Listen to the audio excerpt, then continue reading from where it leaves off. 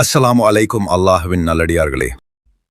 எல்லாமே சரியாதான் போய்கிட்டு இருந்துச்சு. ஆனா திடீர்னு ஏன் இப்படி காரணமே இல்லாம உடல்நிலை சரியில்லாம போறது, செஞ்ச வேலையில நஷ்டம் வர்றது, தூக்கமில்லாத ராத்திரிகள், என்னை யாரோ சபிச்சிட்டாங்களோ இல்ல எனக்கு ஏதோ ஆகிடுச்சோன்னு பயமா இருக்கா? இது வேற ஒண்ணும் இல்ல, கண் திருஷ்டியாகவும் இருக்கலாம். நபிகள் நாயகம் ஸல்லல்லாஹு அவர்கள் சொன்னாங்க, விதியை ஏதேனும் ஒன்று மிஞ்சக்கூடுமானால் அது கண் திருஷ்டியாகத்தான் இருக்கும்னு.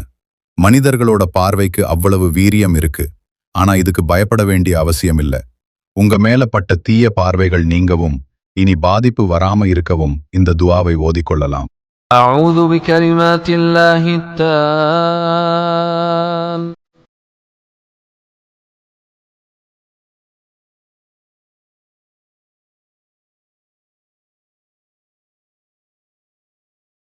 அல்லாஹ்வின் முழுமையான வார்த்தைகளை கொண்டும் ஷைத்தானிடமிருந்தும் விஷ ஜந்துக்களின் தீங்கை விட்டும் தீங்கு ஏற்படுத்தக்கூடிய தீய கண் திருஷ்டியிலிருந்தும் யா அல்லாஹ், நான் உன்னிடம் பாதுகாப்பு தேடுகிறேன்.